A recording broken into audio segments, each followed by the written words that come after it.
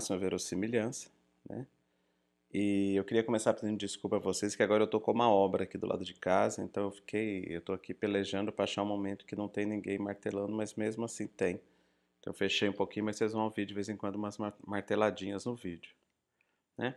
Bom, as pessoas às vezes têm muito medo dessa parte de verossimilhança, acham que a parte de probabilidade, de estatística, ela tem tudo isso, mas por incrível que pareça, esse método ele não é um método de compreensão difícil, uma vez que vocês já entenderam como eram compostos os modelos, né? E uma outra coisa que eu queria contar para vocês é que as maneiras de fazer esses cálculos foram desenvolvidas da sua maneira mais simples em 1969, ou seja, 3 anos antes de ser proposto o algoritmo de Fitch. Então, na verdade, algoritmo para calcular a verossimilhança foi inventado antes da parcimônia. Tá? É uma coisa bem interessante isso, que alguém já tinha feito. Por quê? Porque a estatística dele é uma estatística muito clássica, entendeu? Então era uma questão de tempo, existia a ideia da filogenia e tal, existia também uma ideia estatística clássica de como fazer. E esses métodos ficaram parados na maior parte da década de 70, 80 e 90 por problemas, dificuldades computacionais para rodar isso daqui, né? Então, aí o que aconteceu? Isso foi ser realmente rodado e implementado, a gente começou depois de 2010 para cá que as pessoas começaram a fazer bastante verossimilhança. Também, porque vocês vão ver que da maneira clássica, como roda no Palp, a gente não consegue fazer uma busca realmente num tempo razoável. Então, hoje em dia, foram feitos alguns outros programas que conseguem economizar nas computações e conseguem aproximar isso de maneira mais rápida do que a maneira clássica do Palp. Mas, como a base matemática que subjacente é a mesma, é mais importante a gente entender como ele funciona de maneira clássica para que a gente pudesse entender o que está sendo avaliado ali. Então, se existem programas que fazem atalhos computacionais e tal, isso é irrelevante para a parte racional de como é que esse método funciona. Então, vamos dar uma olhadinha o que é a questão da verossimilhança. Bom, primeira coisa que a gente tem que entender o que é verossimilhança. Por quê? Porque tem um papo, verossimilhança, probabilidade, probabilidade, verossimilhança. Então vamos entender, olha, a verossimilhança foi definida, né, em um artigo de Edwards, 1972, como o seguinte, olha, é a probabilidade dos dados dado um modelo. Então tem que ter um modelo, tem que ter os dados e agora a gente pode calcular a probabilidade daqueles dados em um determinado modelo, né? Então vamos dar uma olhadinha como é que isso funciona. Eu vou fazer um exemplo bem simples aqui, que não é um exemplo de sequência, para a gente começar a entender a lógica disso. Olha, vamos pensar o modelo mais simples, que é o modelo binomial da cara e coroa, né? Então, quando a gente fala de cara e coroa, você só tem dois resultados possíveis. Lembra? Eu falei para vocês, a probabilidade dos dados em função dos resultados. Então, os dados aqui eu tenho ou cara ou coroa. E classicamente, olha, uma moeda ela é modelada com só dois parâmetros, que é P e Q, né? Que é a probabilidade da cara e a probabilidade da coroa. Lembrando que isso é como aquelas probabilidades que a gente viu das bases e das mudanças de bases e das frequências de bases. Por quê? Porque como as duas coisas têm que somar um, você perde um grau de liberdade. Então, na verdade, P e Q se resume em um parâmetro só, que seria P e 1 menos P, que é igual a Q, né? Então tem um grau de liberdade só isso daqui. É um modelo muito simples. Numa moeda que seja justa, né? Uma moeda que a gente espera que possa usar isso daí para alguma finalidade, você espera que uma moeda justa tenha mais ou menos 50% de cara, 50% de coroas. Então, o seu modelo mesmo, lembra? Isso aqui é como se fosse, ó, isso aqui é Jukes-Cantor. Qual é o valor? O valor é tal. Então, esse modelo é P e Q, mas o modelo mesmo especificado, a gente vai ter que dar para ele o valor do parâmetro. E o valor do parâmetro aqui é 0,5, tanto para Q ou para Q. No momento que a gente especificou o modelo e deu o valor para ele, né, da mesma maneira que eu falei para vocês, vocês vão ter que dar para o Palp o modelo e os valores dos parâmetros, a gente pode calcular a verossimilhança das coisas. Então vamos dar um exemplo. Olha, eu fiz um experimento, joguei a moeda para cima e deu uma cara, né? Então, qual é a probabilidade? Ah, é 0,5. Por quê? Porque tinha 0,5 de chance de ser cara, 0,5 de chance de ser coroa. Então, a verossimilhança desse resultado, uma cara em um experimento, é 0,5. Vamos dar agora um outro tipo de experimento diferente, olha. Né, esses aqui são os dados, né, gente? Ó, qual é a probabilidade desses dados, uma cara? É 0,5, dentro daquele modelo de P igual a Q igual a 0,5. Agora vamos pensar assim, agora o experimento que tem dois resultados. E aí agora eu tenho assim, olha, deu duas caras. Então qual é a probabilidade de eu tirar duas caras? É 0,5 vezes 0,5. Então 0,25 é a probabilidade de um resultado de duas caras naquele modelo. Então isso aí é chamado a verossimilhança, por isso que a gente chama de L, né? Qual é a probabilidade de um dos resultados exatos que foi esses dados aqui, duas caras, né? Se a gente fizesse isso, olha, um novo que tenha três, então qual é a probabilidade de eu ter três caras? Vai dar uma verossimilhança de 0,125. Lembrem que à medida que a gente vai aumentando o número aqui de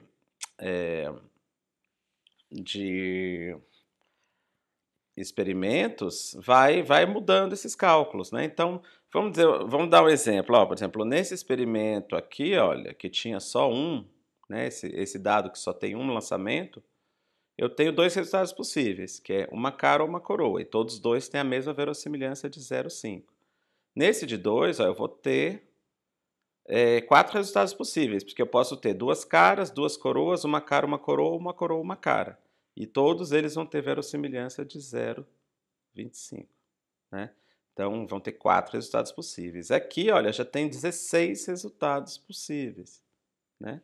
Na verdade, estou errado. Tem 8 resultados possíveis aqui, né?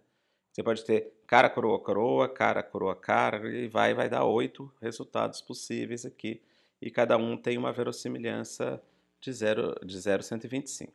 Bom, vocês vão ver depois como é que esse tipo de coisa vai ser igualzinho quando a gente for trabalhar com a filogenia. Lembrem-se que isso daqui expande. Então, por exemplo, uma coisa clássica. Imagine que eu tenho 10 experimentos. E aí é interessante que isso aqui é modelado pela binomial, né? Então, se eu tiver 10 experimentos e eu tiver... Quer saber qual é a verossimilhança de eu tirar 5 caras e 5 coroas, que seria o mais parecido com essa ideia de P igual a Q igual a 0,5. Vocês vão ver que isso só dá tipo uns 64% dos 10 dos experimentos possíveis. Por quê? Porque tem todos os outros que dividem os outros 36% de verossimilhança, né? Então você tem um resultado que seria 5 caras, 5 coroas, que tem 0,64, e você tem todos os outros resultados dividindo os restantes 0,36 que sobram. Então isso aí é uma questão de como é que, né, a gente trabalha isso. Bom, o que é interessante disso? Olha, que já que a verossimilhança é um tipo de probabilidade, então a gente pode trabalhar com várias propriedades que são típicas das probabilidades. E vamos dar uma olhadinha então algumas que vão nos ser interessantes para quando a gente for trabalhar com os problemas da filogenia e das verossimilhanças. Olha, quando eu tenho eventos simultâneos, eu multiplico, né? Então, se eu tiver uma mutação num ramo e outra mutação no outro ramo, e a presença da base num determinado nó da árvore, tudo aí tem que acontecer ao mesmo tempo dentro de uma topologia. Então, vai ser tudo multiplicado, né? Quando a gente tem eventos que são alternativos, aí a gente soma. Pode ter acontecido de um jeito, de outro jeito, de outro jeito. Vou dar um exemplo aqui, olha. Qual é a probabilidade de eu tirar uma cara e uma coroa em dois eventos? A gente viu lá, era 0,5 vezes 7,5, 0,25. Mas qual é a probabilidade de eu tirar uma cara ou... Não, né? Aqui não vai ter como eu tomar, mas tipo assim... em dois eventos, qual é a probabilidade de eu tirar duas caras ou duas coroas? Aí eu vou colar, duas caras é 0,25 e duas coroas também é 0,25. Então, vou ter que somar esses dois, vai dar, ó, de eu tirar ou duas caras ou duas coroas, é meio. E de eu tirar cara-coroa ou coroa-cara, vai também somar e vai dar meio. Então, já dividiu, você vê que é uma questão de somar e subtrair, né? Uma outra coisa importante é o seguinte, olha, todos os cenários possíveis desses dados, então, que a gente está calculando na verossimilhança, tem que somar um, ou seja, tem que somar 100%. Então, era aquele exemplo que eu dei para vocês. Olha, se eu fizer duas jogadas da moeda, olha, existem 4 dados possíveis, 4 resultados. Cada um tem 0,25% de chance. E a soma dos 4 resultados tem que dar 1, né?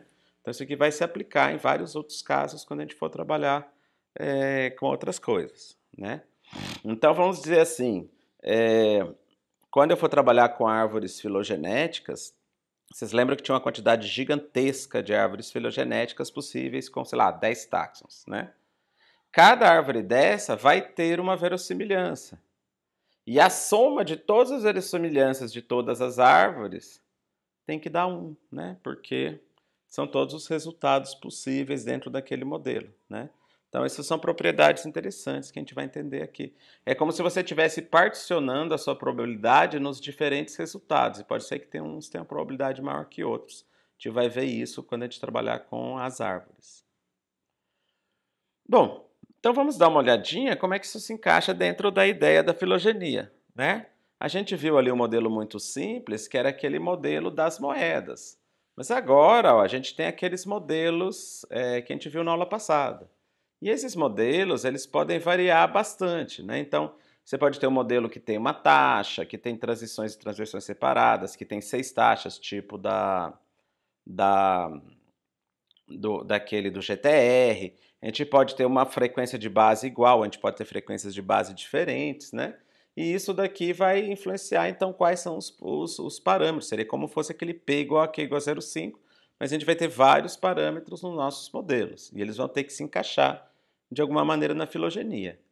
E os dados, olha, os dados que a gente vai avaliar a verossimilhança são a topologia da árvore, né? Ou seja, uma determinada árvore que tem uma relação de igualdade entre os nós, e quais foram os estados observados nas pontas, né? Igual na parcimônia, lembra aqueles estados que a gente colocou de cada sítio para calcular o algoritmo de fit? Eles vão entrar aqui para a gente calcular. Então, ó, eu observei uma árvore que tem determinadas relações ali entre os nós e ramos e que tem tais estados A, C, G e T nos diferentes terminais. Então, isso aí são os dados que a gente vai ter que calcular com os valores dos parâmetros a nossa verossimilhança. Então, para cada topologia, lembra, tem um número imenso de topologias possíveis com 5 táxons, com 10 táxons, com 20 táxons. E para cada uma dessas topologias, vai existir uma verossimilhança que é associada com os dados dentro do modelo que você deu para ele e os valores dos parâmetros. Então, você tendo um modelo e valores dos parâmetros, você pode calcular uma verossimilhança diferente para cada uma das topologias possíveis com os seus terminais. E aí, olha, a gente já tinha visto, né? A gente usava na parcimônia o comprimento da árvore para comparar as árvores. No caso da verossimilhança, em vez de a gente usar, então, o valor do comprimento da árvore, a gente vai usar essas verossimilhanças para executar nossas buscas e tentar descobrir a melhor árvore. E agora não vai ser a árvore mais curta, e sim a árvore que apresenta melhor valor de verossimilhança, ou seja, a árvore mais provável com aqueles dados e com aqueles modelos de parâmetros, né? Então, com aqueles terminais nas pontas e com aqueles modelos de parâmetros, a gente vai descobrir qual a topologia que dá melhor verossimilhança entre todas as árvores possíveis. Isso aqui, olha, eu quero mostrar de saída para vocês verem que existe uma diferença bem grande. Eu vou mostrar para vocês como é que é o cálculo feito em cada um dos sítios, mas antes de eu demonstrar para vocês o cálculo todo, eu queria que vocês atentassem para uma coisa aqui que é a grande diferença da verossimilhança para parcimônia. Vocês lembram que no algoritmo de fit a gente pegava esses valores terminais e ia fazendo aquele algoritmo de cima para baixo, inferindo quais eram os valores de bases em cada terminal. A verossimilhança, a gente trabalha com uma coisa diferente. E a ideia aqui, olha, é que a gente, para calcular a verossimilhança de uma determinada topologia com um determinado resultado de bases aqui nos terminais de um sítio, ó, repare que isso é um sítio só, né? Tanto que eu falo aqui, ó, cenários diferentes de evolução de cada sítio. Aqui, olha, na verossimilhança, como a gente está trabalhando com probabilidade, a gente não está mais preso naquele caminho mais curto com o mínimo de mudanças. E sim em diferentes caminhos possíveis, que têm a mesma topologia, mas que podem ter diferentes reconstruções de estados aqui nos nós ancestrais. Então vamos dar uma olhadinha, olha. Por exemplo, olha, lembra, se eu tivesse feito isso aqui com o algoritmo de fit, aqui eu ia botar GC, depois aqui ia ser AC, aqui ia ser um C e tal. Lembra, não sei se vocês lembram que terminava com um A aqui embaixo, né? Tinha nós bem fixos aqui. Agora, olha, na verossimilhança eu não estou preso nisso, então eu poderia começar, isso aqui é só um exemplo, né? Existem aqui 1, 2, 3, 4, 5, 6, 7 nós, cada um desses 7 nós tem 4 estados possíveis, A, C, G e T. E a combinação de todos eles nos 4 estados vai gerar uma quantidade bem grande de cenários que nem está nesse slide. Mas eu vou mostrar 4 cenários aqui só para você terem uma base. Olha, o primeiro cenário seria esse, ó. Em vez de eu seguir aquele negócio do algoritmo de fit, eu vou atribuir um C a todos os ancestrais. Na hora que eu fizer isso, olha, vai ter que ter uma mudança aqui, outra aqui, outra aqui, outra aqui, outra aqui. Você vê que deu 5 mudanças. Então, esse aqui foi o primeiro cenário. E aí eu posso calcular a verossimilhança deles. Eu vou mostrar no próximo vídeo como é que calcula a verossimilhança de cada cenário desses. Bom, um segundo cenário ó, era o seguinte, ó, nesse mesmo nó aqui, ó, em vez de eu ter um C, eu tenho um A. E agora, ó, eu tive que aumentar, porque agora eu tenho que ter 2 mudanças aqui e uma aqui. Ó, então o negócio foi para 7 mudanças. Mas isso aqui tem uma verossimilhança, né? Tem uma probabilidade pequena, né? Talvez menor que esse primeiro cenário, mas tem um cenário aqui com 7 mudanças e ele tem uma determinada probabilidade de ter acontecido na natureza, mesmo que seja pequena. Cenário 2.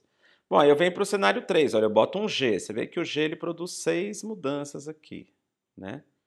Então, ele tem uma mudança a menos que esse, uma a mais que aquele ali e tal, e ele é um outro cenário que pode ter acontecido na natureza.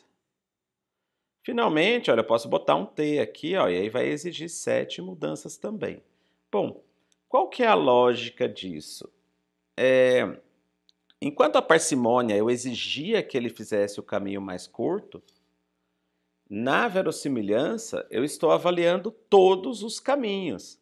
E eu vou calcular qual é a verossimilhança de cada um desses caminhos aqui. Então a ideia é aquela seguinte, olha, quando você joga 10 vezes a moeda de cara coroa, o mais provável é você tirar 5 caras e 5 coroas, que teriam 64% de verossimilhança. Aí, tipo assim, a probabilidade de você tirar 10 coroas ou 10 caras é uma probabilidade muito pequena, de menos de 1%.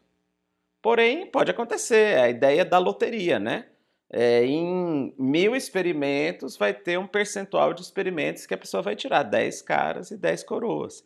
Então, a ideia na evolução das árvores aqui é a seguinte, que todos os cenários são possíveis, mas claro que eles têm contribuição diferente de verossimilhança, né?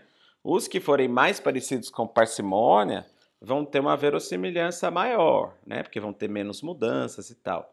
E os caminhos mais difíceis vão ter uma verossimilhança menor, mas existe na natureza a probabilidade de ter acontecido daquela maneira. Então, para a gente estudar com verossimilhança como é que aconteceram as mudanças nas árvores filogenéticas, a gente vai somar todos os cenários possíveis, tanto os que têm verossimilhança maior como os que têm verossimilhança menor, né? Então, a soma de todas essas verossimilhanças são todas as probabilidades, como é que você poderia ter evoluído esses estados terminais aqui, na presença de uma árvore que tem esta filogenia. E aí, no próximo vídeo, eu vou mostrar para vocês como é que a gente vai calcular a verossimilhança dentro de cada um desses cenários, para a gente entender exatamente como é que isso funciona numericamente, né? E a gente vai ter que considerar todos os cenários possíveis. Então, você reparem que a gente só mudou 4, a gente testou as 4 bases neste nó, né? Mas pensa assim, olha, com um C aqui eu poderia ter um G aqui, ou com 2 Cs aqui eu poderia ter um G aqui, ou seja, em cada nó desses tem 4 bases possíveis. Então, logo de cara a gente teria aqui cento e tantos cenários possíveis aqui que poderiam ter dado origem a esse resultado aqui dessas bases nessa topologia. Então, por isso que o programa é lento, porque ele tem que calcular em cima de todos os cenários. E isso aqui é para um único sítio de DNA, né? A gente está olhando uma única posição da matriz. Aí vai ter que pegar isso e fazer para todos os sítios. E depois vai ter que fazer aquele negócio da distribuição gama. Então, você vê, as computações são lentas porque tem um número muito grande de cálculos envolvido. Então, nós terminamos essa breve introdução. E no próximo vídeo eu vou mostrar para vocês como é que é feito o cálculo da verossimilhança dentro de cada um daqueles cenários.